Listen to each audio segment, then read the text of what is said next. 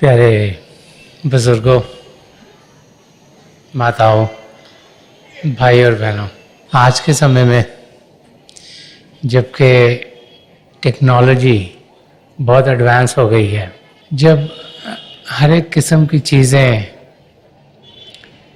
हमारे सामने आती हैं, जबकि ज्ञान ऐसे लग रहा है कि दिन ब दिन बढ़ता चला जा रहा है, वो समय जब दुनिया के किसी भी कोने में बैठे हुए हमें जानकारी पा सकते हैं कि दूसरे हिस्सों में क्या हो रहा है।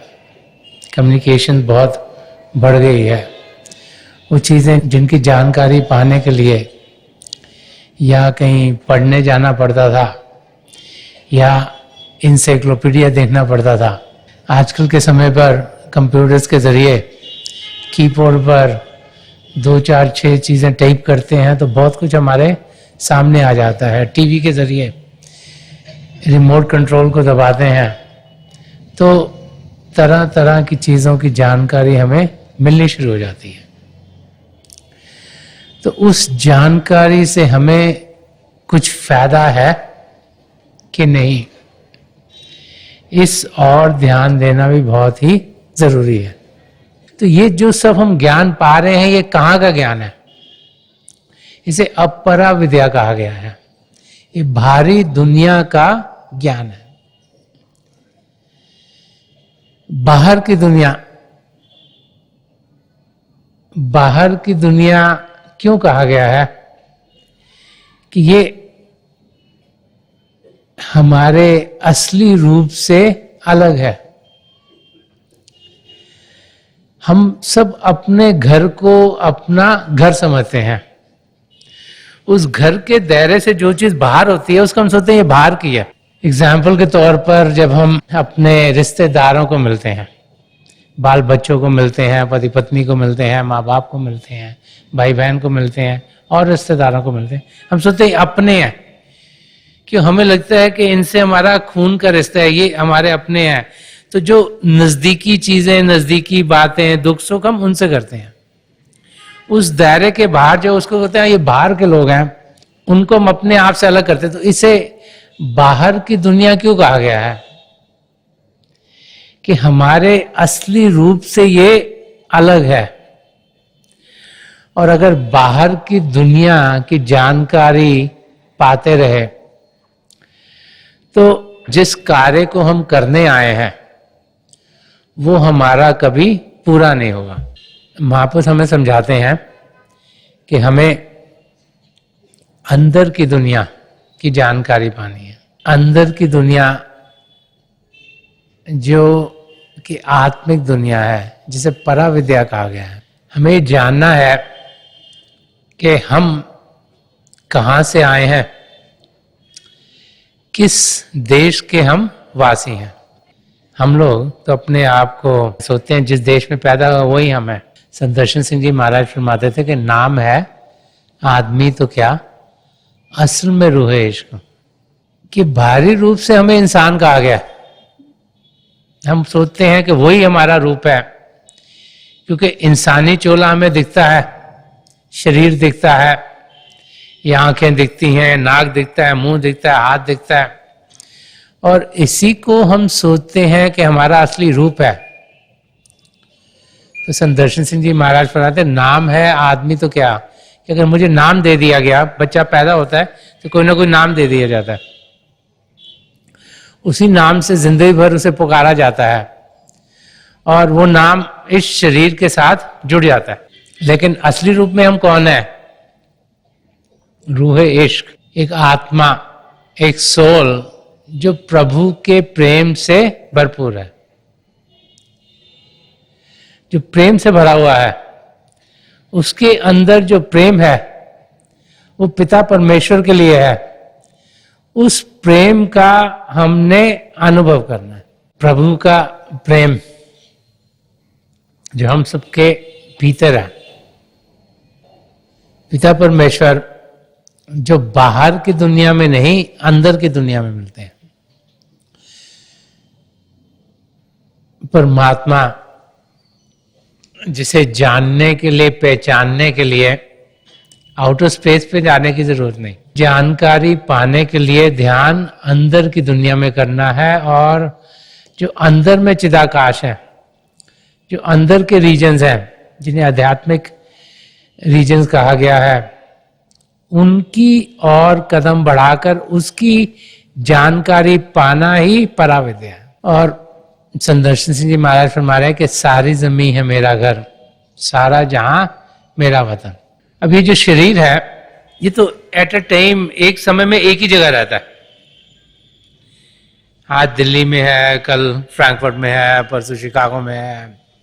ये इसको फिजिकली मूव करना पड़ता है, नहीं तो ये एक ही जगह पर रहता है, इस एरिया में रह रहा है। लेकिन आत्मा को कोई रुकावट नहीं, उसका घर सारा जहां है। ये धरती, आसमां, सितारे, चंद्रमा, सूर्य, ये गैलेक्सी और गैलेक्सी और बहुत से और रीजन्स, मंडल, जिनमें आत्मा आसानी से आ जा सकती है। इस समय हमारी आत्मा इस शरीर के अंदर कैद है। इसे छूट सकती है, लेकिन कैद है। क्यों? क्योंकि कर्म उसके साथ जुड़े हुए हैं, और कर्मों को झेलने के लिए हम सबको ये शरीर दिया गया है। इसमें आत्मा को डाल दिया गया, और जो जो कर्म उस आत्मा के इस जिंदगी में कटने हैं, वो हमारी जिंदगी में समय जरूर आएंगे, उनमें से हमने गुजरना है। अगर इस जेल खाने से बाहर निकलने की तरकीब हमें मिली नहीं, तो फिर चाहे हमारी फिजिकल डेथ हो जाए, शारीरिक रूप से मौत हो जाए, हमें फिर एक और जेल खाना मिल जाएगा। जैसे कैदी को नहीं एक जेल खाने से दूसरे में मूव करते, दूसरे तीसरे मूव करते, चौथा में मूव करते हैं। सोचते ये खतरनाक है, इसको पहले इस किस्म के जेल खाने में रखो। अगर इसने अच्छा काम करा, इसको बेटर जेल खाना दो। अगर अच्छा काम नहीं करा, और इसको गंदा जेल खाना दो। वही हालत हमारी आत्मा के साथ है। अब जेल खाने से हम निकल सकते हैं। जेल खाना जितना मर्जी अच्छा हो, जेल खाना ही रहता है। हजूर बाबा सावन सिंह जी महाराज अपने सत्संगों में फरमाया करते थे कि एक जेल में बहुत से कैदी थे। तो कोई साहूकार आया, उसने देखा कि ये तो रहने का इंतजाम अच्छा नहीं है, बिल्डिंग बहुत खराब है। उन्होंने कहा अच्छा इनको पेंट कर दो, इनके बिस्तर वगैरह अच्छे कर दो। एक और आया, उसने कहा इनको तो खाना पीना अच्छा नहीं मिल रहा, इनको खाना पीना अच्छा दे दो। एक और उसने कहा ये तो कपड़े बड़े गंदे से पहनते साथ, इनको नए कपड़े दे दो। लेकिन ये सब चीजें होने के बावजूद भी जब कैदियों को पूछा गया कि तुम्हारी हालत क्या है, तो उनका कहा ठीक है हमें ये सहूलियत तो है, लेकिन हम कैदी के कैदी हैं। तो जब कोई ऐसा इंसान आया जिसने ताले को खोला और कैदियों को रिहा किया, तब जाकर उन्हें सुख चैन मिला। वही हालत हमारी आत्मा की है। इस समय शरीर में वो कैद है, उसे समझ नहीं आता मैं निकलूं कैसे। ये 10वें द्वार शिव नेत्र ये बंद है, बंद है, इस करके आत्मा निकल नहीं पाती। ये खुलेगा कैसे? जब किसी पूर्ण महापुरुष की नजर कर्म पड़ेगी। वो जिनके पास चाबी हो इसको खोलने की, वो जो अपनी तवज्जो देकर नामदान के समय इसे खोल देते हैं, तो हमारी रूह को अंदर के मंडलों में जाने का रास्ता दिखता है। जब उसे रास्ता दिखता है तब फिर उस मंडल में वो जा सकती है। उसको मदद चाहिए। अब शरीर को एक जगह से दूसरी जगह ले जाने के लिए जब रास्ता दूर हो, तो ये हम कार से जाएंगे, घोड़े के ऊपर जाते थे ओल्ड टाइम में, लोग कैमल्स पे जाते थे, बैलगाड़ी पे जाते थे। आजकल के टाइम में कार्स हो गई, ट्रेन्स हो गई, हवाई जहाज हो गए, शिप्स हैं। किसी चीज की जरूरत होती है, और अंदर की दुनिया में जाने के लिए एक पूर्ण महापुरुष अपनी छवि, अपना सुनहरा रूप यहां छोड़ देते हैं ताकि हम को जो जो मदद चाहिए वो मिल पाए। अंदर की दुनिया से वो वाकिफ हैं, उसकी उन्हें जानकारी है, तो वो हमें अपनी मंजिल तक पहुंचा देते हैं। तो जो सफर हमारी आत्मा ने करना है, ये इस जिंदगी में अगर हो गया पूरा, तो फिर दोबारा से किसी और योनि में जाने की जरूरत नहीं। इसीलिए इस शरीर का बहुत महत्व है। ये तो आत्मा बार बार बार 84 लाख जियाजुन में भटकती रहती है। सिर्फ इस मानव चोले में ही वो सब कुछ हमें मिला है जो हमें चाहिए अपने आप को जानने के लिए, पिता परमेश्वर को पाने के लिए।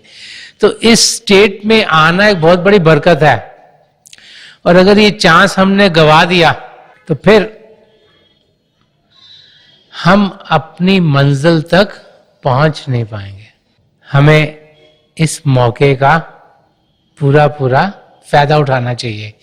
यही महापुरुष हमें समझाते हैं। ये जो सफर है हमारी आत्मा का, ये बहुत लंबा है। हजारों लाखों सालों से हमारी आत्मा प्रभु से अलग है। कभी एक योनि में भटकती है, कभी दूसरी में भटकती है, कभी तीसरी में भटकती है। अब हमें इस सुनहरा मौका मिला है ताकि हम 84 लाख जियाजुन से छुटकारा पा लें। बार बार बार महापुरुष हमें समझाते हैं कि हम सब अपनी मंजिल तक जरूर पहुंच सकते हैं। समय का इस्तेमाल प्रॉपर्ली करना है। जो प्रभु के प्रेम की बूंद हमारे अंदर है, जो हमारी आत्मा है, उसको उभार देना है। प्रभु के प्रेम का अनुभव जितना ज्यादा करेंगे उतना हम अपनी मंजिल की नजदीकी पाएंगे। तो ये जिंदगी प्रेम से जीने के लिए दी गई है। ये जिंदगी दी गई है ताकि प्रभु के प्रेम का हम अनुभव करें। वो कब करेंगे? जबकि हम अपने अंग संग उस प्रेम को पाएंगे। तो प्रभु के प्रेम को पाए कैसे? कि जब किसी से मिले तो उनके बाहरी रूप की ओर ध्यान ना देते हुए उनके अंदरूनी रूप की ओर ध्यान दें। हम जाने के बाहर से शायद वो अलग लग रहे हैं, लेकिन असलियत में वो भी एक आत्मा है, वो भी उसी महासागर की एक बूंद है, और वो ही हमारे अपने हैं, बाहर के नहीं है। संदर्शन सिंह जी महाराज ने एक जगह और फरमाया है और वो अपनों से जो कतरा के चले हैं, एक हम हैं कि गैरों को भी अपना के चले हैं। जिन्हें हम गैर समझते हैं, बाहर का समझते हैं, दूर का समझते हैं, संदर्शन सिंह जी महाराज समझते, उनको भी मैंने गले लगाया। क्यों? क्योंकि असलियत में वो अपने ही हैं। जब तक हमारी समझ सही नहीं होती तब तक उस स्टेट तक, उस लेवल तक हम पहुंच नहीं पाते। ये जिंदगी बहुत छोटी है। अगर इसे देखें कि कब से हम प्रभु से अलग हुए हैं, तो एक वो जो स्पेक्ट्रम ऑफ टाइम है उसमें एक स्पॉट है छोटा सा। इसका अगर पूरा फायदा उठा लिया तो जिंदगी का मकसद पूरा होगा, नहीं तो बार बार बार हमें किसी न किसी योनि में भटकना होगा। संदर्शन सिंह जी महाराज ने एक जगह और समझाया कि कैसे दुनिया के गमों के साथ जीते जीते जीते इंसान सारा समय उधर गुजार देता है, और ये भूल जाता है कि समय कितना कम है असलियत को जानने का। वो फरमा रहे हैं कि गमे जहां निगरी का सफर कयामत था, कि जो जहां के गम है इनका सफर करते करते तो कयामत निकल जाएगी। क्योंकि आत्मा कभी एक योनि में, कभी दूसरी, कभी तीसरी, कभी एक किस्म के दुखों से गुजर रहे हैं, कभी दूसरे किस्म के गमों से गुजर रहे हैं, कभी तीसरे किस्म के गमों से गुजर रहे हैं। और हमारे हर एक जर्रे के सीने में को सार मिले। वो कहते हैं छोटे छोटे पार्टिकल्स में भी देखते हैं तो हमें पहाड़ मिलते हैं। ये एग्जाम्पल दे रहे हैं कि हर एक के अंदर कोई ना कोई तकलीफ है, और हर एक इंसान यही सोचता है कि उसकी तकलीफ बहुत बड़ी है, क्योंकि उनके लिए तो उस तकलीफ से ज्यादा और कुछ है नहीं। और यही हम और महापुरुषों के लफ्जों में भी सुनते हैं। नानक देव जी महाराज ने फरमाया कि नानक दुखिया सब संसार, कि जो भी इस संसार में आता है दुखों से भरा हुआ है। क्यों? क्योंकि प्रभु से दूर है। संत कृपाल सिंह जी महाराज ने उसमें जोड़ा कि सो सुखिया जो नाम आधार, कि सुखी कौन है? जो नाम के साथ जुड़ गया, जो क्रिएटिव पावर है, जिसने सब कुछ रचा, जो कण कण में समाई है, जो उसके साथ जुड़ गया वो सुखी हो गया। तुलसी साहब ने फरमाया कि कोई तो तन मन दुखी, कोई चित उदास, एक ना एक दुख सबन को सुखी संत का दास। कि हर एक को कोई ना कोई दुख लगा है तो सुखी कौन है? संत का दास। तो सही मायनों में एक संत का दास कौन है? जो उनके बताए हुए रास्ते पर चले, जो उनकी देन है, जो नाम के साथ जुड़ना है, शब्द के साथ जुड़ना है, उसका फायदा उठाए। संत कृपाल सिंह जी महाराज बार बार फरमाते थे, if you love me keep my commandment, अगर आप मुझसे प्रेम करते हैं तो मेरा कहना मानो। तो उनका कहना क्या था? कि हम भजन करें, अभ्यास करें, सच्चाई की जिंदगी जिए, सद्गुणों को अपने अंदर ढालें, एक सच्चा सुच्चा इंसान बने, ताकि इसी जिंदगी में पिता परमेश्वर से एक में हो जाए। तो एक संत का दास वो है जो कि अपने सदगुरु के बताए हुए रास्ते पर चलता हुआ अपनी मंजिल तक पहुंचता है। तो सुखी संत का दास के जो उनके बताए हुए रास्ते को अपनाता है, जो नम्रता से जीता है, प्रेम से जीता है, निष्काम सेवा भाव से जीता है, वो अपनी मंजिल तक जरूर पहुंचेगा। जो बाहर की दुनिया की चीजों को ही समझता रह गया, और जिसने सारा ध्यान सिर्फ बाहर की दुनिया में अपने आप को सोचा कि मैं ठीक कर रहा हूं, वो प्रभु से बहुत दूर चला जाता है।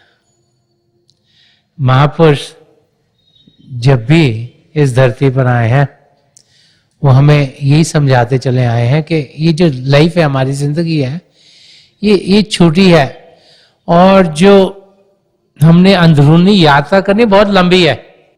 हम ये ना समझें कि अभी तो बहुत समय पड़ा है, कि पिता परमेश्वर को पाना सिर्फ बुजुर्गों का कार्य है, कि जब काम कहाँ से रिटायर हो जाएंगे और कुछ करने को नहीं होगा तब हम प्रभु का नाम लेंगे।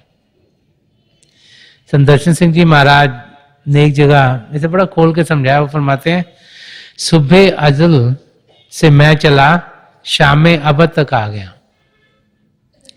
वो आत्मा की यात्रा बता रहे हैं कि कितनी लंबी है, कि जब शुरुआत हुई तब से मैं जब अब शाम तक पहुंच गया हूं, कि उम्र दराज शौक है मेरी हयात मुक्सकर। ये जो जिंदगी है बाहर की बड़ी छोटी है, लेकिन जो आत्मा की जिंदगी वो बड़ी लंबी है, शरीर की जिंदगी बड़ी छोटी है।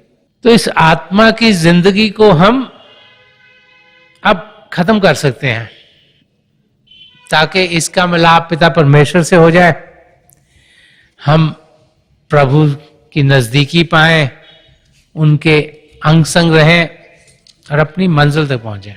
एक किस्म के इंसान जीते हैं जैसे बाहर आत्मा कहा जाता है, उनका ध्यान बाहर की ओर। दूसरे किस्म के इंसान जो जीते हैं अंतर आत्मा, उनका ध्यान अंदर की ओर। तो बाहर आत्मा तो बहुत ज्यादा है, अंतर आत्मिक इंसान बहुत ही कम है। और जो अंदर की दुनिया में जीते हैं वो ही फिर जो आत्मा का सही रूप है, जो परमात्मा है, क्योंकि आत्मा परमात्मा की अंश है, उस रूप को पा लेते हैं। जो परमात्मा का रूप है उसे कईयों ने सच्चित आनंद कह के समझाया, कि प्रभु क्या है, उसको समझा कैसे जाए, उसे जाना कैसे जाए।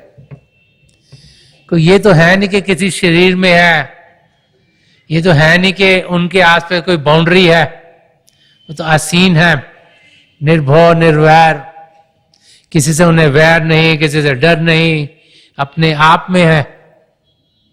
अजूनी से अभंग के, उनको किसी जून में नहीं जाना। क्यों? क्योंकि प्रभु के साथ तो कोई कर्म जुड़े नहीं हुए। तो वो जो परमात्मा का रूप है, वो जो इंसान अंतरात्मिक होता है, वो उस रूप को पा लेता है। कब पाता है? जब वो प्रभु में लीन हो जाता है, फिर उसमें और परमात्मा में कोई फर्क नहीं।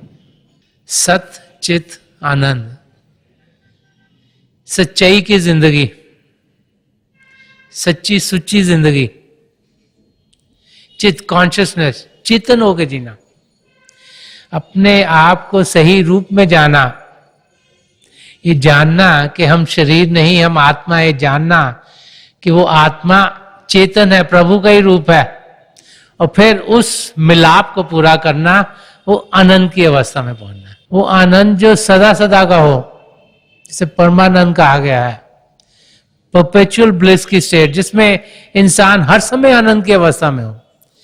अभी जिंदगी में क्या होता है, कोई क्षण आते हैं खुशी के, उसके बाद एकदम से ऐसा लगता है जैसे पहाड़ गिर गया। चाहे तकलीफ किसी भी तरफ से है, कभी शारीरिक आ जाती है, कभी फाइनेंशियल प्रॉब्लम आ जाती है, कभी रिलेशनशिप में प्रॉब्लम आ जाती है, कोई भी दुख कहीं से आता है, तो जो आनंद के मोमेंट्स है वो एकदम लगता है खत्म हो गए। मगर वो समय जो सदा सदा आनंद का हो, परमानंद कहा गया है, जो वो स्टेट हम तब पाते हैं जब आत्मा का मिलाप परमात्मा से होता है। तो उस अवस्था में हम सब जा सकते हैं। महापुरुष बार बार बार हमें ये समझाते हैं कि हम ये ना सोचें कि वो अवस्था सिर्फ कोई ऋषि मुनि या जिनको हम सोचते हैं कि ये प्रभु के नजदीक होंगे या कोई रिलीजियस लोग हैं उनको ही मिल सकती है। महापुरुष समझाते हैं कि पिता परमेश्वर को हम सब पा सकते हैं, क्योंकि हम सब उन्हीं का रूप है, उनसे दूर नहीं, उन्हीं का एक अंश हम हैं। ये जानकारी होना सबसे बड़ी चीज है। अरे मालूम हो जाए कि हम पिता परमेश्वर के अंश हैं, तो फिर उन्हें हम जरूर पा लेंगे। उनको पाने के लिए जो तरीका है वो महापुरुष समझाते चले आए। कबीर साहब, जिन्होंने बहुत कुछ रूहानियत के बारे में कहा है, वो अभ्यास कैसे करें वो समझा रहे हैं। फरमा रहे हैं कि तन थिर, मन थिर, बुद्धि थिर, सुरत निरत थिर होए। शरीर को शांत करें, मन को शांत करें, जो दिमाग है इसको शांत करें। यही है जिनके जरिए हलचल होती है। तो फिर जो देखने की शक्ति है, जो सुनने की शक्ति है, इनको शांत करें। ओके, ये जो शिव नेत्र है, ध्यान यहां पर ही कहा करें। तो फरमाते हैं कि कहे कबीर एक पल को कल्प ना पाए कोई। वो कह रहे हैं कि एक ही क्षण में जो करोड़ों क्षणों के हमने पाप करे हैं, गलतियां करी हैं, वो धुल जाती हैं। कि जैसे ही हम अंदर की दुनिया में बढ़ते हैं, जैसे हजूर बाबा सावन सिंह जी महाराज फरमाते हैं कि जब हम अभ्यास के लिए बैठते हैं, अगर हमें लगे कि हमें अंधेरा दिख रहा है, वो भी हमारे लिए अच्छा है। क्योंकि हमें तो कई बार ये समझ में नहीं आती कि हम क्या देख रहे हैं।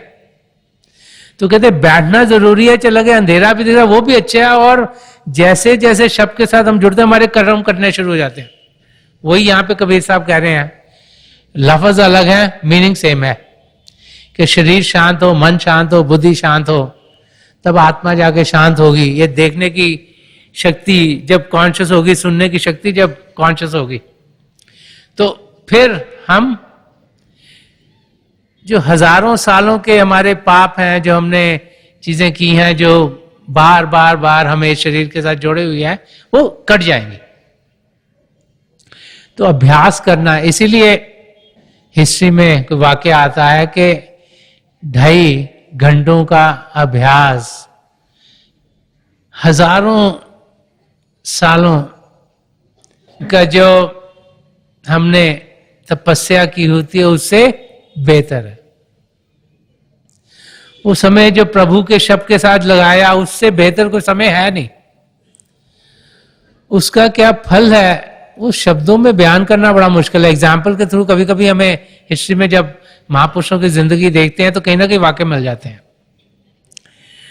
बार बार बार महापुरुषों ने समझाते हैं कि हम शब्द के साथ जुड़े, शब्द के साथ जुड़े, सबके साथ जुड़े। और जैसे जैसे उस शब्द के साथ जुड़ेंगे तो हम देखेंगे कि हम अपनी मंजिल की ओर बढ़ना शुरू हो जाएंगे। हम सबकी मंजिल एक ही है, वो है अपने आप को सही रूप में देखना। जो हमारा रूप है वो शारीरिक नहीं, आत्मिक है। हर एक में पिता परमेश्वर को देखना, वो तब हमारी जिंदगी में संभव होता है जब हम अपने अंदर पिता परमेश्वर के दर्शन करें। जब अभ्यास पर बैठते हैं, प्रभु की ज्योत के साथ जुड़ते हैं, प्रभु की ध्वनि के साथ जुड़ते हैं, तो हमारे अंदर ये प्रभु का शब्द है वो हमें ये यकीन दिला देता है कि हम पिता परमेश्वर के अंग संग हैं। और फिर जब किसी और को देखते हैं तो वो फिर और दिखाई नहीं देते, उनमें से प्रभु का रूप झलकता हुआ दिखाई देता है।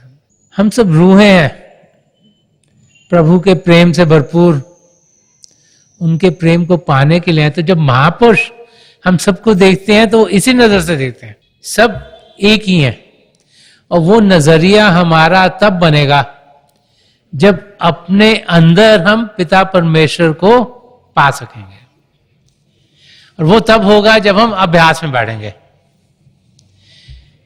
अगर अभ्यास में बैठे नहीं, बाहर की चीजों की ओर ही ध्यान देते रहे, यही सोचते रहे कि बाहर की दुनिया में ही सब कुछ करना है, और अंदर की दुनिया में कदम बढ़ाया नहीं, तो ये जिंदगी जीना बेकार है। ये सुनहरा मौका हाथ से फिर निकल जाएगा। महापुरुष जब भी आए वो हमें यही समझाते चले आए हैं कि जिंदगी का मकसद है अपनी आत्मा का मिलाप परमात्मा से करवाना।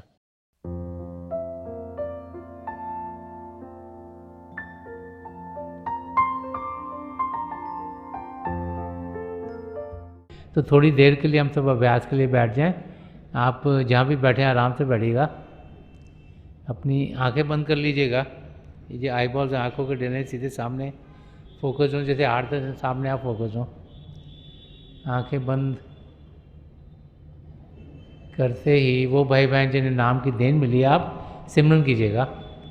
और जो भाई बहन यहाँ नए हैं, आप पिता परमेश्वर के किसी भी जाति नाम का जाप कीजिएगा। जाप मन ही मन करना, ऊंचा नहीं दोहराना। मेरी प्रभु के चरण कमलों में, और जो पिछली संचय के महापुरुष हैं हजूर बाबा सावन सिंह जी महाराज, परम संत कृपाल सिंह जी महाराज और दयाल प्रसन्न दर्शन सिंह जी महाराज के चरण कमलों में यही प्रार्थना है कि जो जो हम सबके लिए बेहतर हो ये महापुरुष हमें दें, हमें सबके साथ जोड़ें और हमारे भीतर प्रभु की ज्योत के हमें दर्शन करवाएं। थोड़ी देर में मैं आपको इस बैठक से उठाऊंगा और मेरी शुभकामनाएं आप सबके साथ हैं।